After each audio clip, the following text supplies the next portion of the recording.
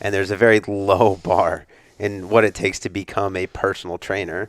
When it used to, honestly, like when I was growing up, it would just be the big people you listen to because they were the ones that had the experience and got big.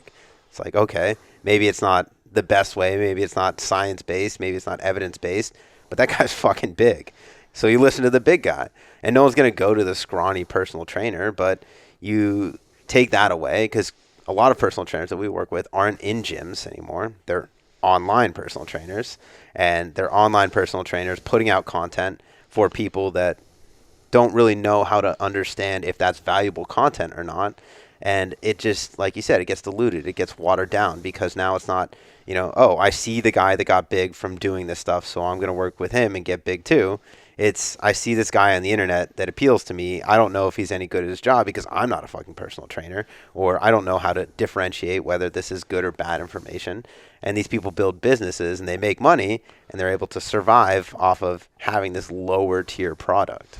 I think at the very least, the big guy in the gym offers the solution to most people's problem, that either they need a kick in the ass and they need to be told to work hard, which if someone got big, they, obviously you can talk about steroids and all that stuff, but like for the most part, they put in the work, right? Drugs or no drugs, they put in the work. And that's what most people need to do. They need to put in the work, right? So it's easier to listen to someone talk about like being disciplined if they've done the thing that's hard to do and it's really hard to do and almost impossible to do without discipline. So like, and that's the problem that people face.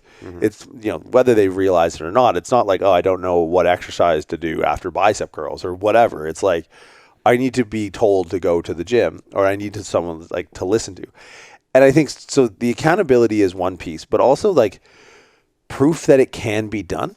Like, I brought up Roger Bannister like a lot on recent podcasts because I think it's such an interesting intersection of like sport meeting like societal phenomenon of like there's so many things, and it's just such an easy like visceral one to point at that everyone thinks is impossible until it happens, right? And Roger Bannister, when he broke the 4-minute mile, the next weekend guys were breaking the 4-minute mile. I think a lot of people struggle with the idea, like in the belief that getting in good shape is possible, right? They think it's all just in the movies, or they think it's for people who can work out 6 hours a day. And I think at the very least, if we just went back to like, hey, listen to the jacked guy, and that's knowledge, not information. You dig to the bedrock or the pain point in most people's inability to reach their goals, which is either they're not motivated or they actually don't think it can be done. Right. And it's like a big person who might not know all that stuff can solve for those two variables, which will bring you way further than like, well, actually, based off of the science, you should probably superset this rather than drop set. It's like, what? You have to be able to reach people on a human level. And I think, two things that, to your point. One, we're talking about the product getting worse over the years. Like, I think COVID obviously accelerated that because it forced the personal training industry to go online. And then just across the board, people just don't want to work anymore. Yeah. Like, I don't understand. Like, the idea of passive income to me is like a very dangerous, meaningless pursuit.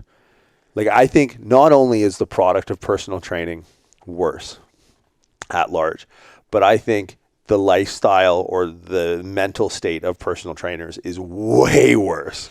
And I bet you they're making more money than they ever have. Absolutely. Yeah, the word that comes to mind for me is entitlement. And there's a lot of entitlement. People think that they deserve to be paid a certain amount, even though they don't really know what they're doing.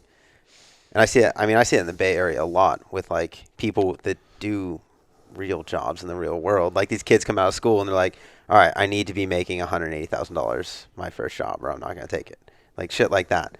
But that carries over. I think it's just a way of thinking with the generation of people that are getting into the personal training industry, that they have that entitlement and they bring it into, okay, they may not know what they're doing, but the influencers that they follow charge a lot of money. So they're going to charge a lot of money and they're going to say similar things and do similar things, even though it's a watered down product. Do you think that there's any regulation on the horizon, or do you think it's purely free market? I think it's free market. That's concerning. Yeah. I don't know how you would regulate it. Yeah. Outside of, if you're not good at what you do, you don't make money. Yeah, it's tough. I mean, we could probably find videos of hookers getting killed in this very hotel room. So if you can't regulate that, good luck regulating the reps and sets. And I think the dangerous part about that is how little market penetration online personal training actually has currently, right? Like the percentage of people who don't have a personal trainer versus do, especially have an online coach, is astronomically disproportionate, right? Like there is, let's say 5% of the population works with a personal trainer or coach. That might be general. I maybe even say 5% of the gym going population works with a personal trainer or coach. Yeah. Right. Like, so there is opportunities for this product and service to get way worse. Imagine if like in the next 20, 25 years, the number of people with gym memberships doubled and the number of unique check-ins in a week in any given health club across America doubled. And you just kept the same relative percentage of that 5%. Like that, you're talking tens of thousands of people with trainers now that are able to, I'm going to air quote the word service, 100+ clients. Mm-hmm. That's insane to me. Yeah. Like that level, quantity and scale are two things that rarely go hand in hand.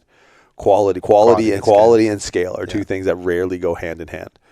And it's almost as a byproduct of scale is a decrease in quality. I just don't. I think the answer is always like, take care of yourself, take care of your people. But I just think, taking a hard look at what creators consume versus what consumers consume.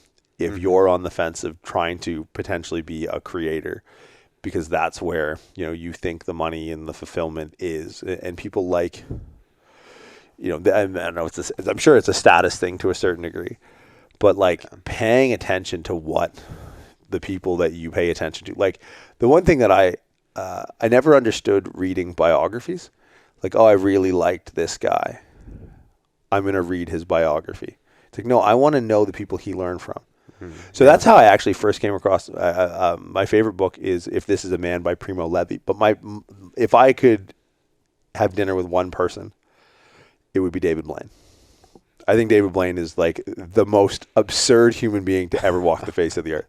Right? He's like swallowing frogs, he's spitting them up, he's putting fucking spears through his bicep, he's freezing himself, he's in a water tank for like 40 days, he's in a glass box for like a month. Like I would be hard pressed. I'd be curious to see who your answer was, but I'd be hard pressed to think of someone more interesting than David Blaine. Dang. And I listened to a podcast, Dave Blaine, years ago, and he talked about Primo Levi.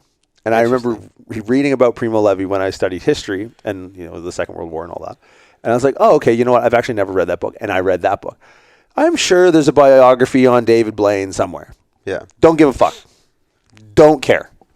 I care. Well, no. I care so much as to see what he cares about. Right. And that was like a really interesting perspective because like I have no aspirations to do this, but I drew something, and I probably drew something different from that book that he did. But the fact that it was like a commonality of like, I'm going to listen to that because I'm going to go to the source material, right? I'm not going to just stick to the abstract, right? I'm going to go to the thing that the person who I, admire, look up to, am interested in. What are they after?